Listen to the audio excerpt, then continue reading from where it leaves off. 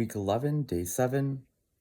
So this morning I officially weighed in at 156.1 pounds and 16.3% body fat, which would be the biggest drop in weight and body fat percentage I've had just in 1 week. So I lost 3 pounds this week compared to last week, and 0.3 of a body fat percentage compared to last week as well. And that just simply has to be due to consolidating my meals and skipping lunch. So I'm having my ketobrick for breakfast. And then for dinner, I'm having 2 tablespoons of butter, and I'm cooking 9 3/8 egg whites in that. And I'm doing 8 2/3 ounces of 98 to ground turkey breast. And so I'm having a big, about 100 gram protein serving dinner, just to get in those proteins. And then I'm also eating it at dinner too, so it feels like a fuller meal. And then it also just satiates me more, and I have those amino acids flowing through my body throughout nighttime to help me recover. I guess we'll just stick with the food. So my macros this week was 26 grams of total carbs, 125 grams of fat, and then 160 grams of protein. So just the proteins are just continuing to go up. Next week, I'll drop the fat grams by 10 grams, and I'm going to add 5 more grams of protein. I'm thinking probably the week of April. Trying to do the calculations in my head right now. Either the week of April 1st or the week of April 8th. That will be where I cap my lowest that my fat intake will be, and that'll either be 95 grams of fat or 85 grams of fat. And then I'll stop it. I'm not going to go any lower than that.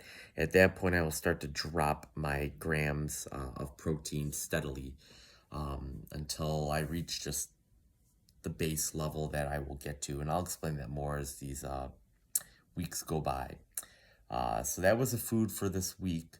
I did notice that probably out of the past 7 days, there's been 3 to 4 days where I definitely noticed like I was hungry around lunchtime, or just a couple hours where I would typically eat lunch. And that's just your circadian rhythm. Your body's used to, like, when you eat at a certain time every day, your body's going to be used to that. But today, definitely, I mean, right now it's about 2:30 in the afternoon on Sunday, and I feel a little hungry, but it's not like I need to desperately eat right now. Yesterday, I did feel quite hungry during this time, but I pushed it all the way to dinner. So I'm going about 10 hours in between my breakfast and dinner, just to really tap into that body fat and really burn some of that body fat. And then with my cardio this week, I've been typically doing my cardio just before I would eat dinner, to be at the furthest from when I last ate, to really tap into that fat and really use that fat. And this week I went up 2 more minutes longer on the Stairmaster, kept it at level 12, but increased it from 12 minutes to 14 minutes and stayed at 3 days per week. So I'll do the same thing next week as well. Strength training wise, it's kind of a mixed bag. My Monday and Friday workout. So Monday was chest, shoulder, triceps. Friday was shoulders. I've noticed that I felt just weaker in general, especially with my shoulders. My shoulders, I was very disappointed in how those felt. I've said it before, but they're probably my weakest muscle group. But I just felt the weakest I felt throughout this whole prep doing it. Chest felt a little bit weak too. Triceps felt okay. But on the flip side of that coin, my legs, my back and bicep workout, and even my cardio and abs workout, I felt amazing. Like, I just felt like I was on rocket fuel, felt really strong through every rep, really squeezing the muscles and everything, didn't feel at all fatigued. So I have no clue what that equates to. I don't know if it's just my body dipping calories, losing 1 meal now per day, if that has anything to do with it. The fact that some of these workouts I hadn't done in months, maybe they have something to do with it too. But I'll let you know next week because I'll do these workouts again this week. And if there was any difference, if I felt better, if I felt worse, if I felt about the same, hopefully it's better. But yeah, that was it on that front. Ketone stayed the same. Cardio, I feel fine with cardio. Just my mindset, I'm just very pleased, very happy. Every week, I see more vascularity in my body, I see more definition.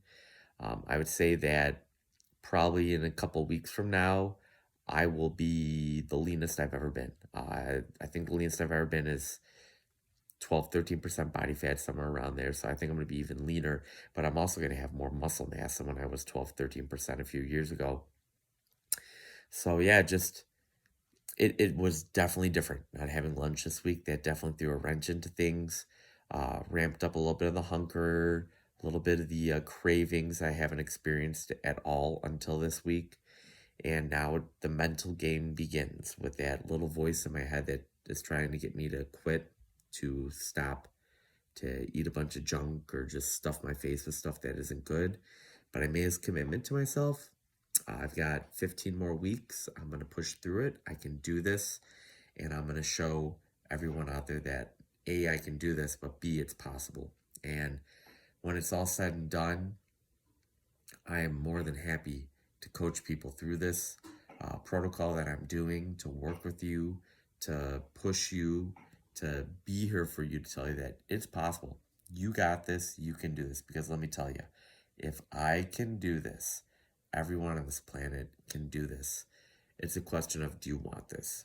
And I'm here to help you to want this. So that's it for week 11. Please keep it locked in here on my channel and like and subscribe and continue to follow along with me as I go through this 26-week ketogenic bodybuilding prep. And I'll see you guys tomorrow for the start of week 12.